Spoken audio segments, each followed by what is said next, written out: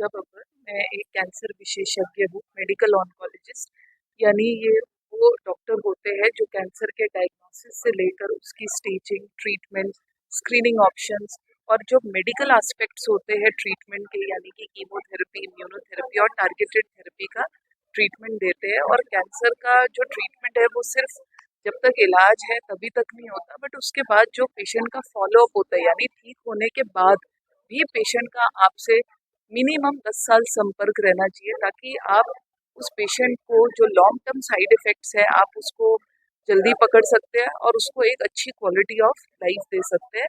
और साथ में जो मेडिकल एस्पेक्ट्स ऑफ ट्रीटमेंट है उसका सिर्फ ये मतलब नहीं है कि आप सिर्फ एक पर्टिकुलर टाइप का ट्रीटमेंट देते हो, बट आप ये भी कोशिश करते हो अवेयरनेस के द्वारा, स्क्रीनिंग के द्वारा, कि आप ज़्यादा से ज़्यादा जो नॉर्मल जनता है, यानी जिन्हें कैंसर का कोई लक्षण नहीं है, आप उन्हें भी जागरूक करें। और हम एज अ हेल्थ वर्कर दो ही प्रकार से जागरूक कर सकते हैं।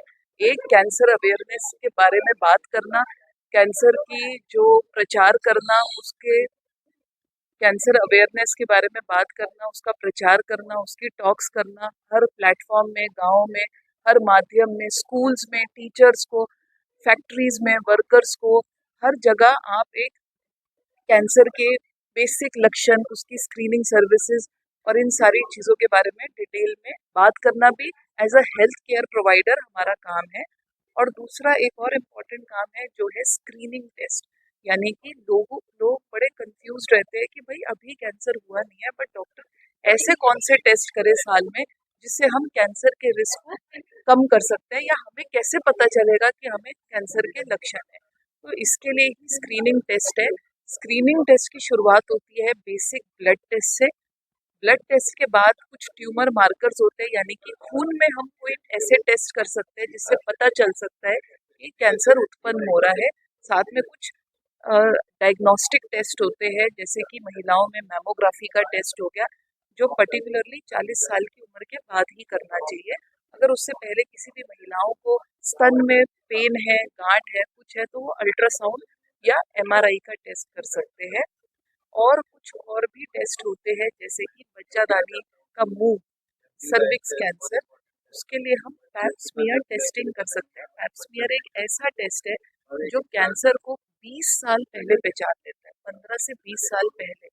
अगर हम कैंसर के उत्पन्न होने से पहले वाली स्टेज 0 पे पहचान लेंगे, तो हम क्या कर सकते हैं, उसको वहीं पर खत्म कर सकते हैं, ताकि वो एक प्रॉपर कैंसर में तब्दील ना हो। तीसरी चीज ये होती है कि मर्दों में एक बहुत कॉमन कैंसर है, प्रोस्टेट कैंसर। उसमें 50 साल की उम्र के बाद पीएसए नाम का सिर्फ एक ब्लड टेस्ट और अल्ट्रासाउंड पेल्विस से हम एक प्रोस्टेट की गांठ को भी बहुत अर्ली स्टेज में डिटेक्ट कर सकते हैं।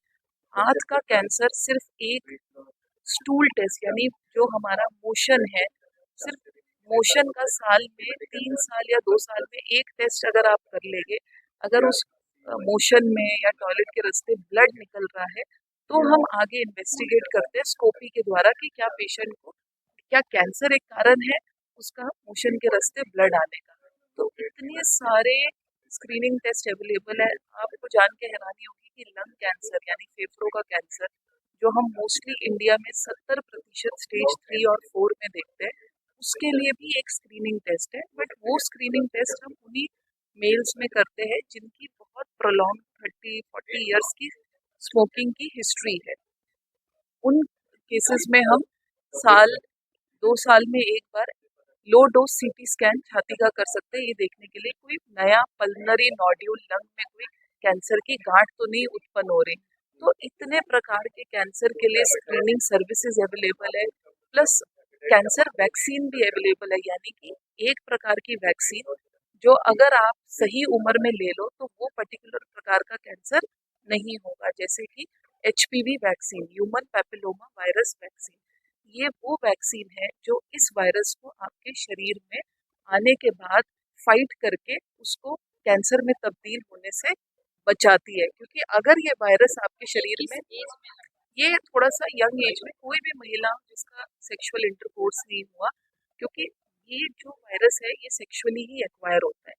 और अगर ये वायरस मोस्टली हमारे शरीर की इम्यूनिटी से क्लियर हो जाता है, बट अगर ये वायरस लंबा टाइम तक शरीर में है, आपकी इम्यूनिटी कॉम्प्रोमाइज है, एचआईवी है, सोशो इकोनॉमिक स्टेटस अच्छा नहीं है, मल्टीपल सेक्सुअल पार्टनर्स है, प्रिवेंटिव मेजर्स यूज नहीं करे, बैरियर मेथड्स यूज नहीं करे, तो ये इसके परसिस्टेंस से लंबा टाइम 10-15 साल में ये कैंसर में तब्दील हो सकता है।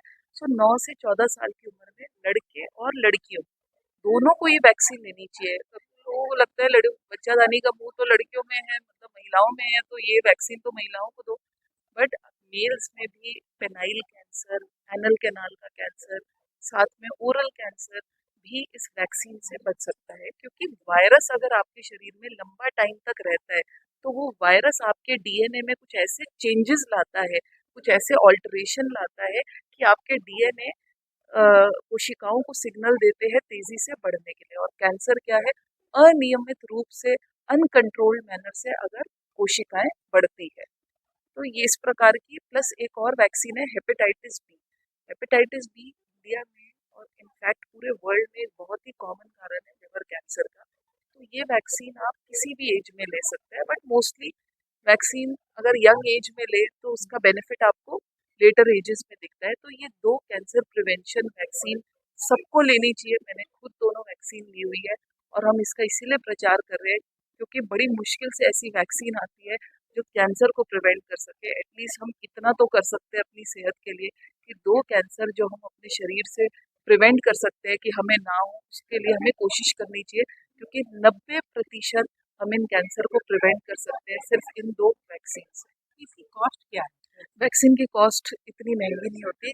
गार्डासिल और सर्वरिक्स करके दो वैक्सीन होती है जो डिफरेंट ह्यूमन पैपिलोमा वायरस के स्ट्रेन्स को टारगेट करती है। इसकी कॉस्ट 5 से 6 हज़ार रुपये ही है। 5 से 6 हज़ार रुपये हमारी सेहत, एक कैंसर को प्रिवेंट कर ले, इससे बड़ी कोई बात नहीं होगी। और आप लोगों को जान के हैरानी होगी कि सर्विक्स कैंसर महिलाओं में नंबर 1 कैंसर था और आज ये नंबर 2 पे पहुंच गया है। क्यों? क्योंकि प्रिवेंशन और स्क्रीनिंग की वजह से। प्रिवेंशन वैक्सीन के द्वारा और स्क्रीनिंग पैप्समियर के द्वारा। और दोनों की खासियत ये है, स्क्रीनिंग की सबसे बड़ी खासियत इस बीमारी की क्या है कि ये कैंसर एक दिन में नहीं होता।